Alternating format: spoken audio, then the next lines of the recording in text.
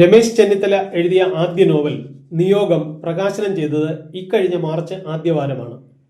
പക്ഷേ അതിനൊക്കെ മുമ്പേ മറ്റൊരു നിയോഗത്തെപ്പറ്റി രാഷ്ട്രീയ ചർച്ച തുടങ്ങിയിരുന്നു. മുഖ്യമന്ത്രിയാകാനുള്ള നിയോഗം രമേശിനാകുമോ എന്ന്.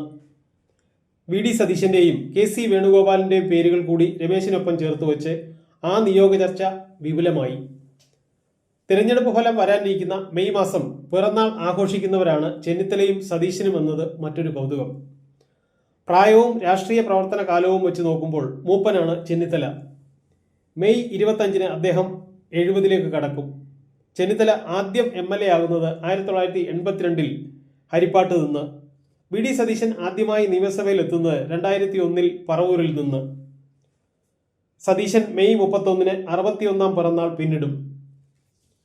കഴിഞ്ഞ ഫെബ്രുവരി 4-നായിരുന്നു കെ.സി. വേണുഗോപാലിന്റെ 63-ാം പിറന്നാൾ.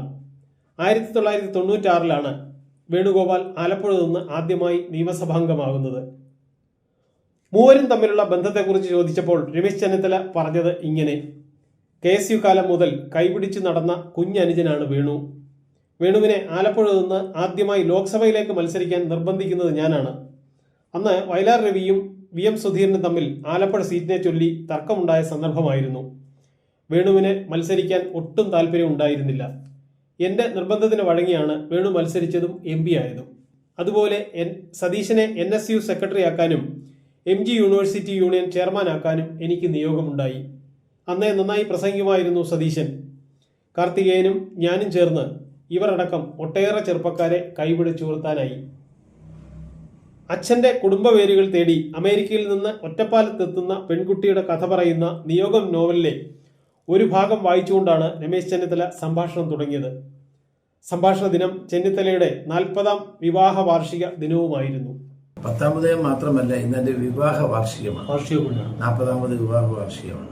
അപ്പൊ അതുകൊണ്ട് ഏറ്റവും പ്രധാനപ്പെട്ട ദിവസമാണ് എന്നെ സംബന്ധിച്ചിടത്തോളം. അപ്പൊ അതിന്റെ എല്ലാവിധ ആശംസകളും. Thank you. അപ്പൊ ഒരു നോവൽ ഞാൻ അങ്ങോട്ട് തരികയാണ്. അപ്പൊ അതിലൊരു ഭാഗം വായിക്കണം.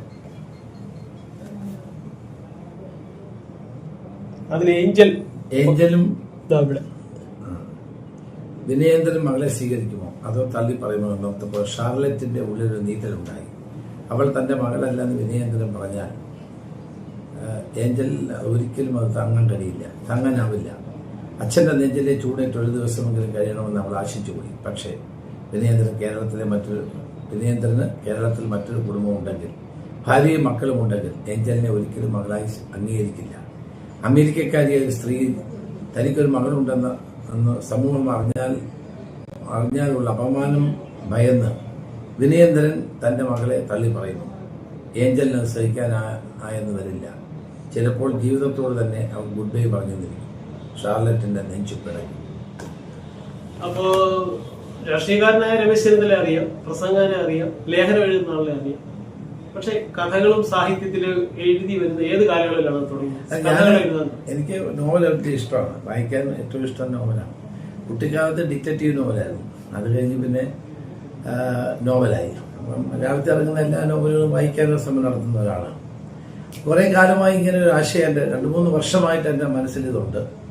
അത് പക്ഷേ ഈ സമയം ഇങ്ങനെ കിട്ടാത്തതുകൊണ്ട് ഇടയ്ക്ക് എഴുതി നിർത്തും, പിന്നെയും തുടങ്ങും, പിന്നെയും ആരംഭിക്കും, അങ്ങനെ പിന്നെയും നിർത്തും. അങ്ങനെ വന്ന് 2-2.5 വർഷം എടുത്തു തീർക്കാൻ. പിന്നെ ആദ്യമായിട്ടൊരു നോവൽ എഴുതുമ്പോൾ ഒരു പരിഭ്രമമുണ്ട്. കാരണം ഇത് ആളുകൾ ഇതെങ്ങനെ സ്വീകരിക്കും. പക്ഷെ 3ാമത്തെ എഡിഷനാണ് ഇപ്പോൾ വരാൻ പോകുന്നത്. അപ്പോൾ ഒരു സന്തോഷമുണ്ട്. അപ്പൊ ഇങ്ങനൊരു കഥാതത്വം മനസ്സിൽ സൂക്ഷിച്ച് എഴുതി. പിന്നെ പലരുമായിട്ട് കൺസൾട്ട് ചെയ്തു. കാരണം നമ്മൾ ആദ്യം എഴുതുന്ന ഒരാളെ ആദ്യമായൊരു നോവൽ എഴുതുമ്പോഴേ അപാകത ഉണ്ടാകരുതല്ലോ എന്ന് കരുതി പല എൻ്റെ സുഹൃത്തുക്കളോട് കൺസൾട്ട് ചെയ്തൊക്കെയാണ് അവസാനം മനോരമ ബുക്സ് ഇത് നിയോഗം എന്ന പേരിൽ ഇത് പ്രസിദ്ധീകരിച്ചു. ഇതിനു മുമ്പ് ഈ നോവൽ ആദ്യമായിട്ട് എഴുതുന്നതിന് മുമ്പ് കഥയോ മറ്റു കാര്യങ്ങളോ എഴുതിയിട്ടുണ്ട്, പക്ഷെ പ്രസിദ്ധീകരിച്ചിട്ടില്ല പലതും. ഇനി നമുക്ക് പ്രസിദ്ധീകരിക്കാനുള്ളൊരു ആത്മവിശ്വാസം കിട്ടിയിട്ടുണ്ട്. അപ്പൊ എഴുതിയ കഥകൾ ഇരിപ്പുണ്ട്. അതെ, അത് അറിയപ്പെടാത്തൊരു കാര്യമായതുകൊണ്ട് ഇനി നമ്മൾ അടുത്തൊരു നോവലിനെ പറ്റി ആലോചിക്കുന്നുണ്ട്. അത് കുറച്ചുകൂടി ചരിത്രമാണ്. കുട്ടനാട് മേഖലയുമായി ബന്ധപ്പെട്ട, അത് ഞങ്ങളുടെ ഈ നാടുമായി ബന്ധപ്പെട്ടതാണ്. ഓണാട്ടുകര ബന്ധപ്പെട്ട രാഷ്ട്രീയ ചരിത്രം. അതെ അതെ. രാഷ്ട്രീയവും അതോടൊപ്പം സാമൂഹ്യ ജീവിതവും കണക്ട് ചെയ്തുള്ള അതെ കുറച്ച് ചരിത്രവും എല്ലാം കൂടെ ചേർത്ത്. അപ്പൊ ഈ പ്രിയപ്പെട്ട സാഹിത്യകാരന്മാരുടെ കൂട്ടത്തിൽ ആരൊക്കെ ഇപ്പൊ ഉള്ളത്? എനിക്ക് കഥകളിൽ ഏറ്റവും ഇഷ്ടം ടി പത്മനാഭനെയാണ്. പിന്നെ മൂന്നനെ ഇഷ്ടമാണ്. അതോടൊപ്പം തന്നെ കുട്ടിക്കാലത്ത് MT യുടെ എല്ലാ ഇതും വായിക്കുമായിരുന്നു. അവരെയൊക്കെ ഇഷ്ടമാണ്. പിന്നെ ആധുനിക കാലഘട്ടത്തിലെ ഒത്തിരി എഴുത്തുകാരുമായിട്ട് എനിക്ക് ബന്ധമുണ്ട്. അംബികാസുധൻ മങ്ങാട്, പിന്നെ ബാലകൃഷ്ണൻ, പിന്നെ TD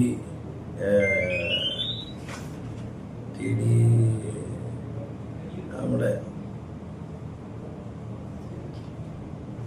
കുട്ടനാടാകുമ്പോ സ്വാഭാവികമായിട്ട് തകഴിയായിട്ടൊരു പരിചയവും അതൊക്കെ ഉണ്ടായിരുന്നു. കുട്ടിക്കാലം മുതൽ ഉണ്ടായിരുന്നു. TD രാമകൃഷ്ണൻ എനിക്ക് വളരെ ഇഷ്ടമുള്ള. പിന്നെ നമ്മുടെ രതീഷ് നമ്മുടെ റെയിൽവേ ജോലി അതല്ല നോവൽ എഴുതുന്ന ആളാണ്. അദ്ദേഹത്തിലാണ് സാഹിത്യ താല്പര്യം. അവരൊക്കെ ഞാൻ ഈ നോവൽ വായിച്ച അവരോടൊക്കെ സംസാരിക്കും. ഞാൻ സംസാരിച്ചില്ല കാര്യങ്ങളൊക്കെ പറയുന്നു. അപ്പൊ ഈ ഉണ്ണി ഇഷ്ടമാണ്. അതെ നമ്മള് ഡൽഹിയിലൊക്കെ ധാരാളമായിട്ട് പിന്നെ VK അതൊക്കെ ഡൽഹിയിലുള്ള കാലത്ത് VK അവരോടൊക്കെ അടുപ്പായിരുന്നു. OV വിജയൻ അവരോടൊക്കെ അടുപ്പായിരുന്നു. അവരുടെ പുസ്തകങ്ങൾ വായിക്കുമായിരുന്നു. അതൊക്കെ വളരെ ഇഷ്ടമുള്ളതായിരുന്നു. അപ്പൊ ഉത്തരേന്ത്യ ഇഷ്ടമാണ്.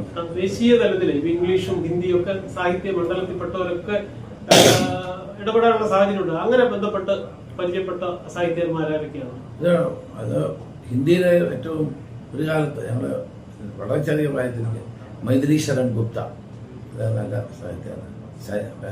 അങ്ങനെ ഒത്തിരി എഴുത്തുകാർ ഡൽഹിയിലുള്ള ആളുകളുമായിട്ട് എനിക്ക് ബന്ധമുണ്ടായിരുന്നു. അവരൊക്കെ നല്ല എഴുത്തുകാരും വളരെയേറെ നമ്മളെയൊക്കെ ഇഷ്ടപ്പെടുന്നവരുമായിരുന്നു. ഒത്തിരി പിന്നെ സാഹിത്യകാരന്മാർ ഒത്തിരി ഹിന്ദിയിലെ നല്ല സാഹിത്യകാരന്മാരുണ്ട്. ഈ അലഹബാദ് കേന്ദ്രമായിട്ടാണ് പബ്ലിഷിംഗ് ഹിന്ദിയിൽ നടക്കുന്നത്. അവിടെ ഞാൻ പോയിട്ട് അവരെയൊക്കെ കണ്ടിട്ടുണ്ട്. നല്ല ബന്ധമായിരുന്നു. നമ്മുടെ വീരപ്പൻ മൊയ്ലി നല്ല കന്നഡയിലെ നല്ല നോവലിസ്റ്റാണ്, എഴുത്തുകാരൻ. എന്നെ സ്വാധീനിച്ച മറ്റൊരു നോവൽ നരസിംഹറാവുവിന്റെ ഇൻസൈഡർ എന്ന നോവലാണ്. വേറൊരു പേരിലാണ് അയാൾ ആത്മഹത്യ എഴുതുന്നത്. വളരെ മനോഹരമാണ്. നരസിംഹറാവു ഒരു നക്സലൈറ്റ് ആയിരുന്നു ആർക്കെങ്കിലും അറിയാവും. കുട്ടിക്കാലത്ത് വനാന്തരത്തിൽ പോയി നക്സൽ ട്രെയിനിങ് എടുത്ത ആളാണ്. ആ പുസ്തകത്തിൽ അതൊക്കെ പറയുന്നുണ്ട്. നല്ല നല്ല പ്രധാനമന്ത്രി ആവുന്നത് വരെ ഉള്ളതേ ഉള്ളൂ, പിന്നീടുള്ളതില്ല. ഇൻസൈഡർ എൻ്റെ പേര്. നല്ല ഒത്തിരി പുസ്തകമാണ്. എന്നെ ആകർഷിച്ച് PC അലക്സാണ്ടറുടെ പവർ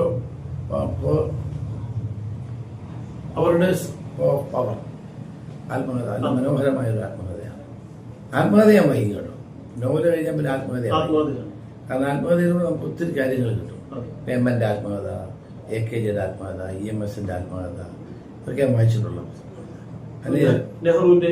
നെഹ്റുവിന്റെ ഓഫ് കോഴ്സ് നമ്മൾ കോളേജ് പഠിക്കുന്ന കാലത്ത് തന്നെ ഡിസ്കവറി ഓഫ് ഇന്ത്യയും പിന്നെ എൻ്റെ സത്യാന്വേഷണ പരീക്ഷണം അതൊക്കെയാണ് നമ്മളെ കോൺഗ്രസുമായിട്ട് യോജിപ്പിച്ച് നിർത്തിയത്. കാരണം അച്ഛന്റെ കൃതികൾ പലതും എഡിറ്റ് ചെയ്ത് ഇന്ദിരാഗാന്ധിയാണ്. ഇന്ദിരാഗാന്ധി എഴുത്തിനെ കുറിച്ചോ എന്തെങ്കിലും സംസാരിച്ചിട്ടുണ്ടോ? ഇല്ല, അത് സംസാരിച്ചിട്ടില്ല. അല്ലെങ്കിലും എഴുത്തിൽ വലിയൊരു അഭിരുചി അവരുടെ പശ്ചാത്തലത്തിലുണ്ടല്ലോ. സോണിയാഗാന്ധി ഇപ്പൊ എഴുതാറുണ്ട്. നല്ല ആനുകാലിക വിഷയങ്ങളെ സംബന്ധിച്ച് നന്നായിട്ട് എഴുതാറുണ്ട്. ഹിന്ദുവിലാണ് കൂടുതലും എഴുതാറുള്ളത്. ഇംഗ്ലീഷ് നന്നായിട്ട് എഴുതാറുണ്ട്. വലിയൊരു കാര്യമാണ്. മറ്റ് ഈ പ്രദേശങ്ങളിലുള്ള കന്നഡ പറഞ്ഞു, മറ്റ് ഹിന്ദി മേഖലയിൽ വലിയ സാഹിത്യകാരന്മാരുടെ ഒരു നിരയുണ്ടാവും. അവരിൽ കണ്ട് പരിചയത്തിലുള്ള ആരെങ്കിലും ഉണ്ട്? അത് കഴിഞ്ഞ ഒത്തിരി ആളുകളുണ്ട്. ദേശബന്ധു ഗുപ്ത ഉൾപ്പെടെയുള്ള ഒത്തിരി സാഹിത്യകാരന്മാരുണ്ട്. ബംഗാളി സാഹിത്യകാരന്മാർ അവരോടൊക്കെ അടുപ്പമുണ്ടായിരുന്നു. കേരളത്തിൽ ഏറ്റവും കൂടുതൽ പരിഭാഷ വന്നിട്ടുള്ള ബംഗാളി കൃതികളാണ്. അതെ അതെ. ബംഗാളും കേരളവുമായിട്ട് പല കാര്യത്തിലും സാമ്യം ഉണ്ടല്ലോ. നമ്മുടെ പ്രിയചന്ദ്രൻ ദാസ് മുൻഷി എഴുതുമായിരുന്നു. പഴയ കാലത്തെ വിദ്യാർത്ഥി പ്രവർത്തനങ്ങളെ സംബന്ധിക്കാൻ എഴുതുമായിരുന്നു. അങ്ങനെ ഒത്തിരി ആളുകളുമായിട്ട് നമുക്ക് നല്ല ബന്ധമുണ്ട്. അപ്പൊ രമേശ് ചെന്നിത്തലയുടെ വായന രീതി എങ്ങനെയാണ്? വായിക്കാനുള്ള ഇതിനൊരു രാത്രിയിലായിരിക്കും വായിക്കുന്നത്, അല്ല പകൽ. പിന്നെ ട്രെയിനിൽ പോകുമ്പോൾ വായിക്കും, ഫ്ലൈറ്റിൽ പോകുമ്പോൾ വായിക്കും. ഇപ്പൊ ഈ കയ്യിൽ പുസ്തകം കൊണ്ടു നടക്കുന്ന ശീലമുണ്ടോ? എങ്ങനെയാണ്? എന്താണ് ഇപ്പൊ വായിച്ചുകൊണ്ടിരിക്കും? ഇപ്പൊ അടുത്ത ദിവസങ്ങളിലായിട്ട് ഇപ്പൊ ഇലക്ഷനൊക്കെ കഴിഞ്ഞ് ഞാൻ TD രാമകൃഷ്ണന്റെ ഇട്ടിക്കോരയെ പറ്റി പുതിയൊരു നോവൽ ഇറങ്ങിയിട്ടുണ്ട്. ഇട്ടിക്കോര നല്ലൊരു കഥാപാത്രമാണ്. ഫ്രാൻസിസ് ഇട്ടിക്കോര. അതിനകത്ത് ഇപ്പൊ ഇട്ടിക്കോരെ മാത്രം വെച്ചുകൊണ്ട് ഞാൻ അദ്ദേഹത്തെ കാണാൻ പോയപ്പോൾ എന്നോട് പറഞ്ഞു, ആളുകൾ പറഞ്ഞു ഇട്ടിക്കോരയ്ക്ക് സ്മാരകം ഉണ്ടാക്കണം. ഇട്ടിക്കോര ഒരു എന്താണ് ഇല്ലാത്ത കഥാപാത്രമാണ്, ഫിക്ഷനാണ്, ഇല്ലാത്ത കഥാപാത്രമാണ്. പക്ഷെ ആ കഥാപാത്രം ജനങ്ങളിൽ ഭയങ്കരമായ സ്വാധീനം ചെലുത്തിയിരിക്കുകയാണ്. അപ്പോൾ അവരെ പറ്റി മാത്രം ഒരു നോവലാണ് പുതിയത്, തുടങ്ങിയിട്ടേ ഉള്ളൂ. നല്ല നോവലാണെന്ന് തോന്നുന്നു. പുള്ളിയുടെ നല്ല ഒത്തിരി നോവലുണ്ട്. സുഗന്ധി എന്ന ആണ്ടാൾ ദേവനായിക, അത് നമ്മുടെ വേണാടിൻ്റെ ചരിത്രമാണ്. വേണാടും തമിഴ്നാടും പിന്നെ LTT പ്രഭാകരൻ്റെ LTT ക്യാമ്പുകളിലെ ജനാധിപത്യ പൗരാവകാശ ധ്വംസനങ്ങളെ പറ്റിയൊക്കെയുള്ള നല്ല പുസ്തകമാണ്. ഫ്രാൻസിസ് ചെട്ടിക്കോര കഴിഞ്ഞാൽ എനിക്ക് ഇഷ്ടപ്പെട്ട പുസ്തകമായിരുന്നു. പിന്നെ ഈദി അമീനവിൻ്റെ ഭരണകാലത്തെ പറ്റിയ പുസ്തകം പച്ച ചുവപ്പ് മഞ്ഞാന്ന് പറഞ്ഞുണ്ട്. അങ്ങനെ ഒത്തിരി നല്ല പുസ്തകങ്ങൾ അദ്ദേഹം എഴുതിയിട്ടുണ്ട്. അംബികാസുധൻ മങ്ങാടിൻ്റെ പുതിയൊരു പുസ്തകം ഇറങ്ങിയായിരുന്നു. അപ്പോൾ 14ാം നൂറ്റാണ്ടിൽ ജീവിച്ചിരുന്ന ഒരു നാട്ടുപ്രമാണിയെ പറ്റിയാണ്. പേര്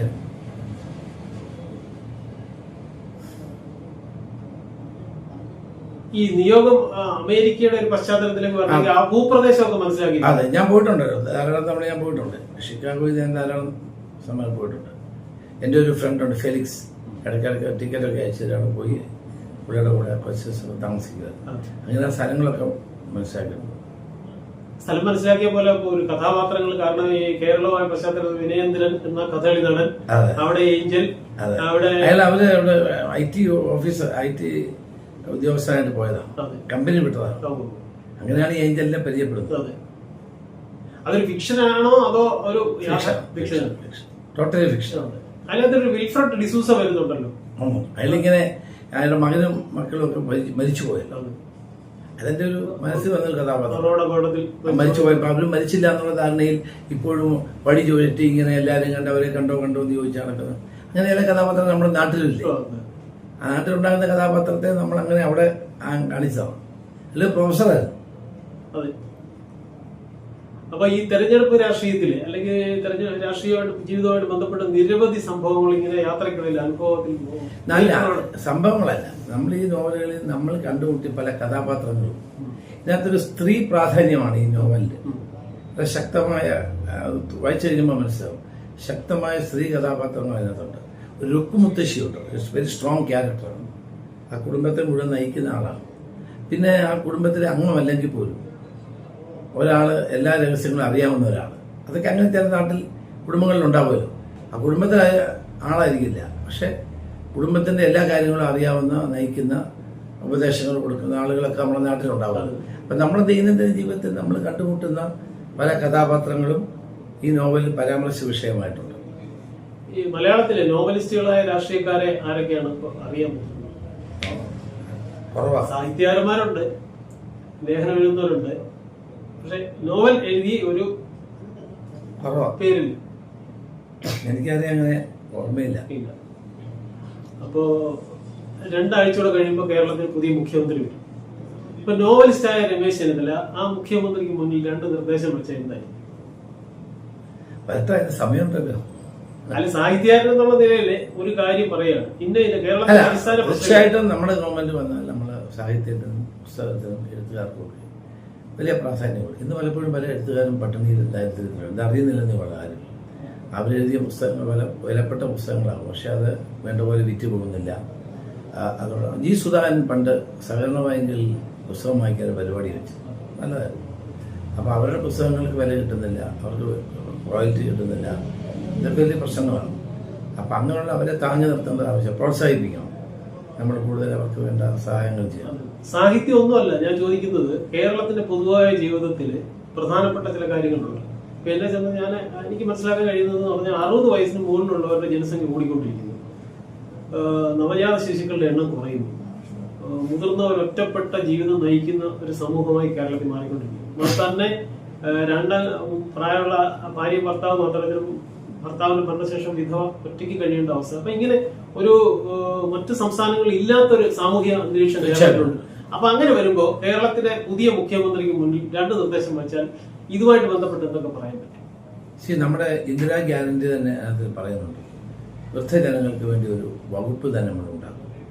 ജപ്പാനിലാണ് ആദ്യമായിട്ട് സിൽവർ ഇക്കോണമി നടപ്പാക്കിയത്. എന്ന് വെച്ചാൽ അവിടെ ആയുർദൈർഘ്യം വളരെ കൂടുതലായതുകൊണ്ട്, പ്രത്യേകിച്ച് യൂറോപ്പിലും ജപ്പാനിലും ഒക്കെ അവരെ സംരക്ഷിക്കുക, അത് സംസ്ഥാനത്തിന് വലിയ നേട്ടമാണ്. ഓൾഡ് ഏജ് എന്ന് പറയുന്നത് ഒരു വെല്ലുവിളിയാണെങ്കിലും ആ വെല്ലുവിളിയെ നമുക്ക് അവസരമാക്കി മാറ്റാം.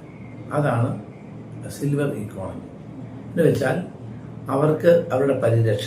അപ്പോൾ നഴ്സുമാരുടെ എണ്ണം വർദ്ധിക്കും, തൊഴിലവസരങ്ങൾ ഉണ്ടാകും, ഡോക്ടർമാർ കൂടുതൽ വേണ്ടി വരും, സപ്പോർട്ടിംഗ് സ്റ്റാഫ് വേണ്ടി വരും. അങ്ങനെ അതുപോലെ തന്നെ കമ്മ്യൂണിറ്റി ലിവിങ് ഉണ്ടാകും. അപ്പോൾ ഈ ആളുകൾക്ക് ഇവരുടെ ഓൾഡ് ഏജിൽ ഉണ്ടാകുന്ന ആരോഗ്യ പ്രശ്നങ്ങളും ഒറ്റപ്പെടലുകളും ഏകാന്തതയും ഒക്കെ ഫലപ്രദമായി അഡ്രസ്സ് ചെയ്താൽ അത് സംസ്ഥാനത്തിന് വലിയ പ്രയോജനം ഉണ്ടാകും. എംപ്ലോയ്മെൻറ്റ് വർദ്ധിക്കും, ഇൻവെസ്റ്റ്മെൻറ്റ് വരും, മെഡിക്കൽ എയ്ഡ് വർദ്ധിക്കും. അപ്പം അത് സംസ്ഥാനത്തിന് തൊഴിലില്ലായ്മയ്ക്ക് വരെ ഒരു പരിഹാരം ഉണ്ടാകും. അപ്പോൾ അതിനെ നന്നായി ഡെവലപ്പ് ചെയ്തെടുക്കാൻ പറ്റും. അത് ജപ്പാനാണ് ഏറ്റവും നല്ല, ഇപ്പം അമേരിക്കയിൽ നല്ല മാതൃകയാണ്. അപ്പം ഓൾഡ് ഏജ് ഈസ് റിയാലിറ്റി. നമ്മുടെ ഒരു കണക്കനുസരിച്ച് 2026 2035 ആകുമ്പം നമ്മുടെ ജനസംഖ്യയുടെ ഏതാണ്ട് 20-25% 60 വയസ്സ് കഴിഞ്ഞവരായിരുന്നു. അതെ. അപ്പൊ അതൊരു വലിയ വലിയ ഏരിയയാണ്. അതൊരു വെല്ലുവിളിയൊന്നുമല്ല. അതിനെ നമുക്ക് മനോഹരമായി ജോബ് ഓപ്പർച്യൂണിറ്റീസ്, ഇൻവെസ്റ്റ്മെന്റ് ഓപ്പർച്യൂണിറ്റീസ് ഒക്കെ ആക്കി മാറ്റിയെടുക്കാം. ടൂറിസ്റ്റിൽ ഇങ്ങനെയുള്ള മാറ്റിയെടുക്കാൻ പറ്റും. അവരെ കമ്മ്യൂണിറ്റി ലിവിങ് പഠിപ്പിക്കുക. ഒറ്റയ്ക്ക് താമസിക്കുന്ന ആളുകളെല്ലാം ചേർന്ന് ഒരു കമ്മ്യൂണിറ്റി ലിവിങ്ങിനുള്ള സംവിധാനം ഉണ്ടാക്കുക. ഞാൻ ആഭ്യന്തരമന്ത്രി ആയിരുന്നപ്പോൾ ഞാൻ ഒരു തീരുമാനമെടുത്തു. ഒറ്റയ്ക്ക് താമസിക്കുന്ന ഒരു വയോവൃദ്ധന് ഒരു ഫോൺ ചെയ്താൽ അപ്പോൾ പോലീസ് എത്തണം, പോലീസ് സ്റ്റേഷൻ അതിൽ പോകണ്ട, അവിടെ എത്തണം. അപ്പം അങ്ങനെയുള്ള നൂതനമായ കാര്യങ്ങൾ ചെയ്താൽ അവരുടെ ജീവിതം ഫലപ്രദമാക്കാൻ പറ്റും. സംസ്ഥാനത്തിന് വരുമാന വർധനമുണ്ടാകും, തൊഴിലവസരങ്ങൾ വർദ്ധിക്കും. അത് വലിയൊരു ഒരു ഒരു ഒരു ഗോൾഡ് മൈനായി നമുക്ക് വളർത്തിയെടുക്കാൻ കഴിയും. ഇപ്പം അമേരിക്കയിലൊക്കെ ഏറ്റവും വലിയത് ഈ ഫാമിലി കെയർ കൊടുക്കുന്ന സ്ഥാപനങ്ങൾക്കാണ്. ഭയങ്കര വളർച്ചയാണ്. അപ്പം കേരളത്തിൽ ഈ ഓൾഡ് ഏജ് എന്ന് പറയുന്നത് ഒരു വെല്ലുവിളിയായി ഏറ്റെടുത്ത് മനോഹരമായി നമുക്ക് ചെയ്യാൻ പറ്റും. നമ്മൾ വന്നാൽ എന്ന് പറയുന്നുണ്ട്, അതായത് UDF ഭരണത്തിൽ വന്നാൽ ഒരു പ്രതീക്ഷ എന്താണ്? UDF എത്ര സീറ്റ് കിട്ടി? UDF നല്ല ഒരു ചരിത്ര വിജയം ഉണ്ടാവും. 10 വർഷം പ്രതിപക്ഷത്താണ്. ഇപ്പം നമ്മുടെ ലക്ഷ്യം നല്ല ഒരു 100 സീറ്റ് കിട്ടണമെന്നാണ് നമ്മുടെ ആഗ്രഹം. പക്ഷേ കേരളത്തിൻ്റെ രാഷ്ട്രീയ സാഹചര്യം അനുസരിച്ച് ഒരു കംഫർട്ടബിൾ മെജോറിറ്റി ഉള്ള ഗവൺമെന്റ് വരുമെന്ന് തന്നെയാണ് ഞങ്ങളുടെ വിലയിരുത്തൽ. സ്വന്തം മണ്ഡലത്തിൽ എത്ര ഭൂരിപക്ഷത്തോടെ ജയിക്കുന്ന ഒരു കണക്ക്? കഴിഞ്ഞ തവണത്തേക്കാൾ കൂടുതൽ ഭൂരിപക്ഷം. കഴിഞ്ഞ തവണ 13,000 വോട്ടായിരുന്നു. ഇത്തവണ കേരളത്തിലെ UDF വരും അല്ലെങ്കിൽ ആ പ്രതീക്ഷയിൽ ഒരു ചർച്ച നടക്കുന്നുണ്ട്. അത് രമേശ് ചെന്നിത്തലയ്ക്ക് അറിയാവുന്നതാണ്. മുഖ്യമന്ത്രി സ്ഥാനാർത്ഥിയെ ചൊല്ലുന്നു. മുഖ്യമന്ത്രിയെ തെരഞ്ഞെടുക്കുന്നതിൽ AICCക്ക് അല്ലെങ്കിൽ ഉള്ള ഒരു മാർഗരേഖ എന്താണ്? അത് AICC തീരുമാനിക്കണം. അത് വേണം. ഓരോ സമയത്ത് ഓരോ രീതിയിലാണ് ചെയ്യാറുള്ളത്. നരസിംഹറാവിന്റെ കാലത്ത് ആളാരാന്ന് എഴുതി പുറത്തേക്കുമായിരുന്നു ഗവർണർ പല സംസ്ഥാനങ്ങൾ. അപ്പൊ ഏത് മാർഗമാണ് സ്വീകരിക്കുന്നത് AICC അന്തിമമായി തീരുമാനിക്കും. അല്ല, അതിലൊരു സീനിയോറിറ്റി എന്നുള്ളൊരു വിഷയം എപ്പോഴും ഇല്ലേ? അല്ല, അതാ മതി. ഏത് മാനദണ്ഡം സ്വീകരിക്കണം എന്നുള്ളത് പാർട്ടി ലീഡർഷിപ്പ് തീരുമാനിക്കും. അത് രാഹുൽ ഗാന്ധി ഞങ്ങളെ വിളിച്ചപ്പോൾ പറഞ്ഞു, നിങ്ങളുടെ ഇൻഡിവിജ്വൽ പ്രശ്നം ഉണ്ടാവരുത്, ഈ വിഷയങ്ങളൊക്കെ ഞങ്ങൾക്കറിയാം, തെരഞ്ഞെടുപ്പ് ജയിക്കട്ടെ, അതാണ് ഫസ്റ്റ് പ്രയോറിറ്റി. അത് കഴിഞ്ഞാൽ എന്ത് വേണം എന്നുള്ളത് ഹൈക്കമാൻഡ് ആലോചിക്കും. രമേശ് ചെന്നിത്തലയുടെ പേരിനൊപ്പം തന്നെ ജനങ്ങൾ ആഗ്രഹിക്കുന്നത് ഒരു മുഖ്യമന്ത്രി എന്ന പദവിയാണ്. മുഖ്യമന്ത്രി പദവി എന്ന ആഗ്രഹം രമേശ് ചെന്നിത്തലയ്ക്ക് ഉണ്ടോ ഇല്ലയോ? അത് എൻ്റെ ആഗ്രഹം ഉണ്ടോ ഇല്ലയോ എന്നുള്ളതല്ല ഇവിടെ ക്വസ്റ്റ്യൻ. പാർട്ടി അത് തീരുമാനിക്കും എന്നുള്ളതാണ് പ്രശ്നം. ഇപ്പം അതെല്ലാം പാർട്ടി ഹൈക്കമാൻഡ് എല്ലാം ആലോചിച്ച് തീരുമാനിക്കും. പാർട്ടി എന്ത് തീരുമാനിച്ചാലും ഞാൻ അതിനോടൊപ്പം നിൽക്കും. പാർട്ടി എന്ന് പറയുന്നത് താങ്കൾ ഉൾപ്പെടുന്നതല്ലേ? അതെ, പക്ഷെ ഹൈക്കമാൻഡ് തീരുമാനിക്കും. അങ്ങനെല്ലാം പറ്റുമോ? ഒരു പാർട്ടി തീരുമാനം എടുക്കുന്നത് ലീഡർഷിപ്പ് ഉണ്ടാവുമല്ലോ. ലീഡർ മെന്റർ എന്നാണ് രമേശ് ചെന്നിത്തലയെ കുറിച്ച് ദേശീയ തലത്തിൽ ചർച്ച ചെയ്യുന്നത്. കാരണം 3 സംസ്ഥാനങ്ങളിലെ മുഖ്യമന്ത്രിമാരായിട്ടുള്ളത് രമേശ് ചെന്നിത്തല യൂത്ത് കോൺഗ്രസിന്റെ ജനറൽ സെക്രട്ടറി ആയിരുന്നു നിയമിച്ചവരാണ്. ആരൊക്കെയാണ് മുഖ്യമന്ത്രി പദത്തിലേക്ക് കൊണ്ടുവരാൻ കഴിഞ്ഞത്? സ്റ്റേറ്റ് പ്രസിഡന്റ് മമതാ ബാനർജി, പിന്നീട് ഭൂപേഷ് ബഗേൽ എന്റെ ജില്ലാ പ്രസിഡന്റ് ഞാനാക്കിയത്, കിരൺകുമാർ റെഡ്ഡി സംസ്ഥാന secretary Andhra Pradesh, Ashok Chavan state vice president, പിന്നെ അതുപോലെ ധാരാളം മന്ത്രിമാര്, MP-മാര്, ഡെപ്യൂട്ടി ചീഫ് മിനിസ്റ്ററായ DK ശിവകുമാർ, ഞാനാണ് ആദ്യമായിട്ട് എൻ്റെ NSUയുടെ സ്റ്റേറ്റ് വൈസ് പ്രസിഡന്റ്.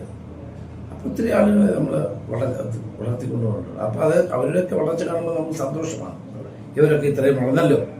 നമ്മുടെ മുകുൾ വാസ്തുക്ക് എൻ്റെ ട്രഷറായിരുന്നു, ഞങ്ങളോട് മനീഷ് തിവാരി എൻ്റെ ജോയിന്റ് സെക്രട്ടറിയായിരുന്നു. അപ്പോൾ അതൊക്കെ നമുക്ക് സന്തോഷം നൽകുന്ന കാര്യങ്ങളാണ്. ഒരു ഗാലക്സി ഓഫ് ലീഡേഴ്സിനെ നമുക്ക് ഇന്ത്യയിലൊട്ടാകെ NSUവിലൂടെയും യൂത്ത് കോൺഗ്രസിലൂടെയൊക്കെ വളർത്തിയെടുക്കാൻ കഴിഞ്ഞുള്ളത് സന്തോഷമുള്ളൊരു കാര്യമാണ്. അത് നല്ലതല്ലേ, പാർട്ടിക്ക് മുതൽക്കൂട്ടാണ്.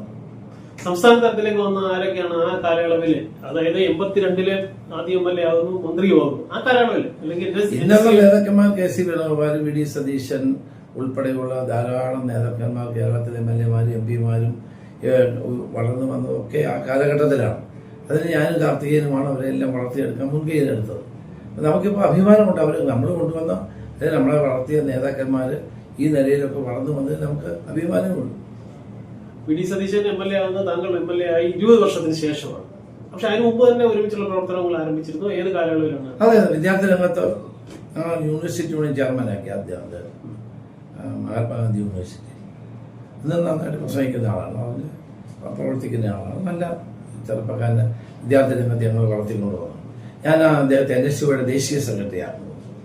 അപ്പം അങ്ങനെ നമ്മളെ വളർത്തിക്കൊണ്ടുവന്ന നേതാക്കന്മാരെല്ലാം ഇത് അതുപോലെ തന്നെ ജില്ലകളിലും സ്റ്റേറ്റിലൊക്കെ ഒത്തിരി ആളുകളുണ്ട്. എം എൽ എമാരാക്കിയവർ ഒക്കെ ഒത്തിരി ഉണ്ട്.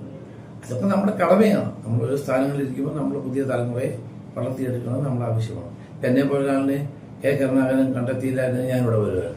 കെ സി വേണുഗോപാലിനെ ആ രീതിയിൽ തീർച്ചയായും എപ്പോഴാണ് ഏതൊക്കെ പദവിയിലേക്കാണ് കേസ് പ്രസിഡന്റ് ആക്കുന്നത്, അത് കഴിഞ്ഞിട്ട് എം എൽ എ ആക്കുന്നത്. എം എൽ എ ആലപ്പുഴ കൊണ്ടതല്ല, അദ്ദേഹം പയ്യന്നൂരാണ്. ഞാൻ പാർലമെന്റിലേക്ക് പോകുമ്പോൾ ഞാൻ സജസ്റ്റ് ചെയ്ത ഹരിപ്പാട് വേണു മത്സരിക്കാനാണ്.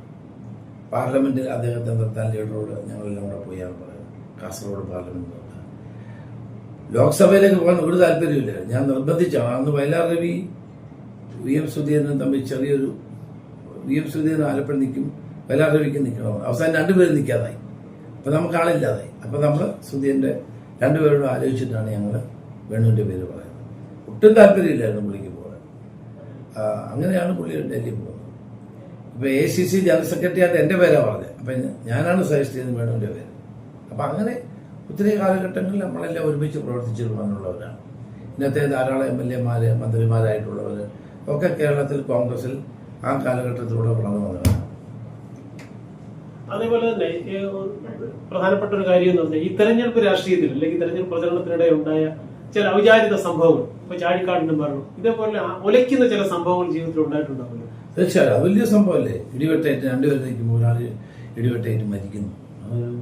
ഇപ്പോഴും എനിക്ക് ഓർക്കാൻ കഴിയാത്ത ഒരു കാര്യം. ഇടിവെട്ടുമ്പോൾ എപ്പോഴും ഓർക്കുന്ന ഒരു കാര്യമാണ്. അതിപ്പോൾ അതിൻ്റെ ഞെടുക്കം ഇപ്പോഴും മാറിയിട്ടില്ല. അതൊരു വല്ലാത്ത അവസ്ഥയായിരുന്നു. അപ്പൊ കേരളത്തിന്റെ ഭാവി മുഖ്യമന്ത്രിയെ ഇന്റർവ്യൂ ചെയ്യാനാണ് രമേശ് ചെന്നിത്തല നിയോഗിക്കുന്നതെങ്കിൽ ഒരു ചോദ്യം എന്തായിരിക്കും? ഞാൻ ചോദ്യം